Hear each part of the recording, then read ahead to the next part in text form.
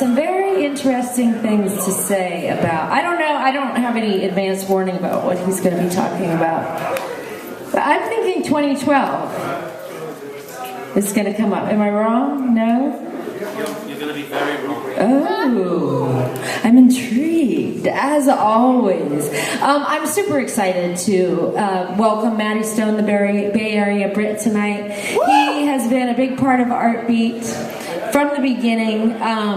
He has been a performer for us last year at last year's Winter Showcase. Was that your onstage debut as well? Another Artbeat onstage debut. We are very privileged here. He also did a wonderful, wonderful video for our Artbeat Bazaar, which I encourage everybody to go check out online. It's on our website.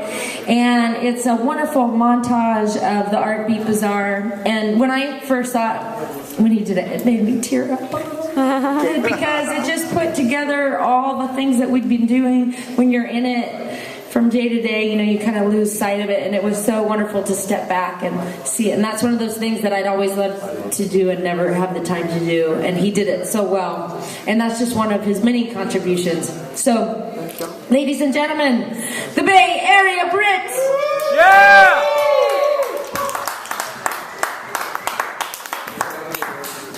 Wow, what a lovely introduction. Thank you so much, Antoinette.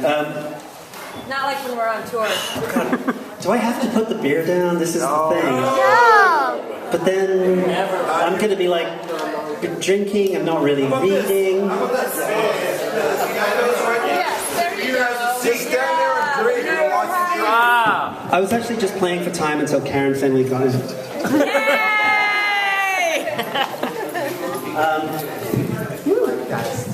All right. I know that everyone's excited about the holidays, right? Yes. Yeah! But not like when we were kids. I mean, when we were kids, it was like Christmas. It's like a big deal, right? Yep. Well, I'm a Brit, as you know, and so I'm quite sure that my childhood Christmas and holiday memories are different from yours. And yet, every year, as if my emotions are controlled by diligent Yuletide elves, I become festively cheerful about a week before Christmas. However, this has nothing to do with Santa or the baby Jesus or goodwill to all men and all that crap. No, I know why. From the age of 11 until I was 16, this is the week that my mum would come and pick me up from boarding school and take me home for the Christmas break. I would carefully trudge across the snowy parking lot in my maroon blazer and dark grey shorts, carrying my suitcase. Sometimes my mother would be driving a different car from when I last saw her months earlier. But I was always able to identify it from the cloud of cigarette smoke hovering inside the sealed gas chamber/vehicle. Eventually, my mother would see me approaching, and with a quick few waves of her hand, she would become visible. Now, as much as I loved my mom, what the Christmas break really meant was that for almost 3 weeks I would be home free and clear of the British boarding school bullies whose random acts of cruelty and malicious techniques of psychological savagery would have been envied by the Gestapo. I'm not talking about your soft-core American bully with taunting and name-calling and wet towel snaps in the locker rooms, and the occasional hazing. I'm talking about Lord of the Flies meets Mein Kampf meets the Human Centipede. I'm talking about centuries of institutionalized mean-spiritedness and medieval torture delivered in a way that only the British could muster. Now, don't get me wrong. Bullying toughens you up. It's character building and gives you a sense of what real life is like. In a way, it helps you shape the person you eventually become, right? All right. Michelle, is that true? So one of the most memorable acts of bullying I ever witnessed at my boarding school was watching a boy being forced with a knife to his throat to French kiss a brass doorknob by one of the many enormous school bullies. There were in fact so many bullies at my boarding school that there must have been instances of a bully bullying another bully, perhaps unaware that he was beating on his own kind. It was sort of like the rule of the sea, the fish get eaten by the bigger fish.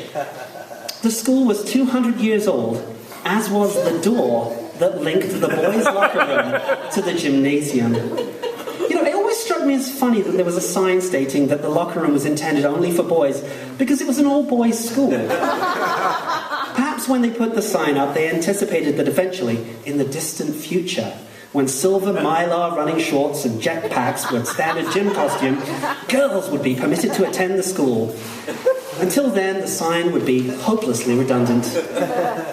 A million grubby, germ-infested fingers had handled the locker room's brass doorknob, and through 2 centuries, it was likely to have been licked by just as many tongues. You know, and the sad thing about this whole brutal act of bullying, aside from the thousands of kids that probably caught hepatitis, is that before they were introduced to Ms. Brass Doorknob, most of the kids probably didn't even know what a French kiss was. Just make sure you worm your tongue all around it, instructed knife-wielding random school bully number 37. Now, I knew that Reginald Barton had been forced to worm his tongue all around the doorknob at least 5 times. I usually thought of Reginald when I was in a perilous situation. What would Reginald do? And if I had any sense, I would do the complete opposite. Reginald's bed was next to mine in the dormitory, and he was often picked upon. Poor Reginald. He was so unlucky that he probably received beatings in the middle of the night that were intended for me. Oh yeah, and that's the other thing about boarding school. There's no escape. It could be 2 or 3 in the morning, and there might be a dorm raid. 9 or 10 older, bigger kids charge into the dormitory and assault you with pillowcases filled with Dr. Martin boots and gym shoes as you lay in bed trembling for your life. The worst was the rumour of the dorm raid.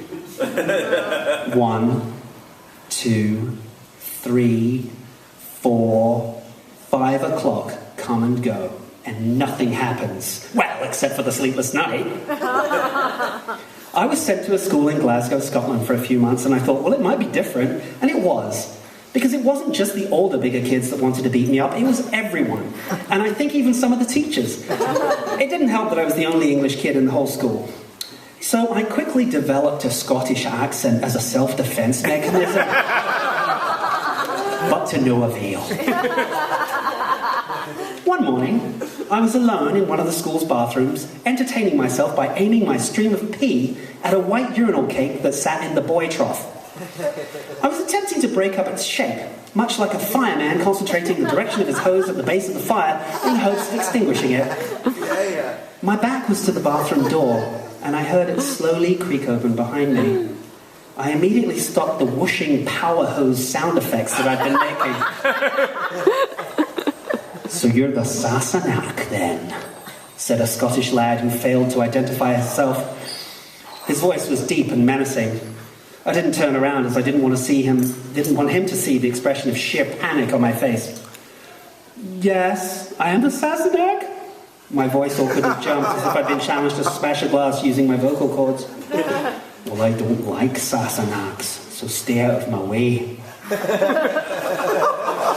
I tried to hurry up and finish, but I had foolishly drank 4 cups of tea with breakfast. Outside the restaurant door, I could hear some boys snickering. I carefully considered my next few words to this tartan tyrant. After all, I didn't want to get attacked from behind while still in such a vulnerable position. Am I in your way now? I asked, thinking that perhaps he wanted to have a crack at the urinal cake. There was no response. I finished, zipped up, and slowly turned around to face my aggressor, but he was gone. In the space of my first 4 weeks in Glasgow, I had been challenged to fight 17 different Scottish boys. The bullying and fight challenging in Scotland finished on the exact same day that a chubby Australian boy bearing the characteristics of anemia arrived. They nicknamed him Snowball, and he suddenly became the focus of everyone's cruel derision. Snowball was the new Reginald. The arrival of this foreign, pale, fat kid meant that I was once again 1 degree away from being the easiest target for the bullies, until Snowball challenged me to a fight. Which I think I actually won. I don't know. One for me. After a couple of months, I phoned my mother to tell her that I wasn't even close to tough enough to fight every boy in Glasgow, and to either send English reinforcements, more Australian anemics, or get me the hell out of here. So I went back to my English boarding school, and unbelievably was so thankful for a relative sense of normalcy.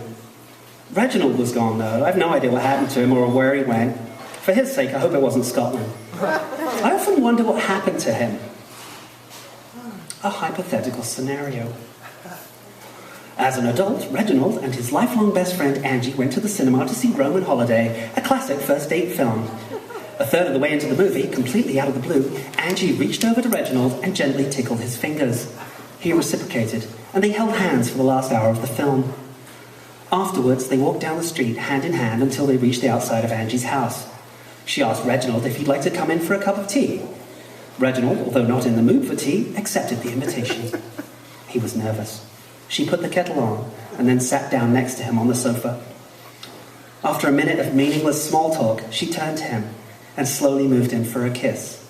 He leaned in closer, but then randomly out of nowhere, the terrifying image of a school bully yelling at him popped into his head. He pulled away from Angie in horror. "I'm sorry, I can't," he exclaimed. "What's wrong?" she said, her voice betraying her own insecurities. "It's nothing. I'm sorry, I'm okay," he said. He tried to regain his composure while Angie put on some music and dimmed the lights. He reminded himself how long he'd been waiting to kiss her and tried breathing deeply to relax. Reginald had hidden his true feelings for years, fearing that he would be rejected. He had never loved another and had never kissed a woman.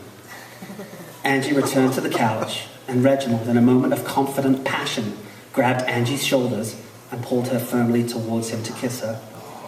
Sadly, it was not to be, as Reginald, remembering the bully's instructions on how to French kiss, wormed his tongue all around the outside of Angie's slightly open mouth. This time it was Angie who pulled away in disgust, horrified at being attacked by a human salamander. She leapt up off of the sofa and told Reginald that it would be just better if he left. Reginald roamed the rainy city streets for 2 hours contemplating suicide. He arrived at his lonely studio apartment, locked the door, and latched the chain.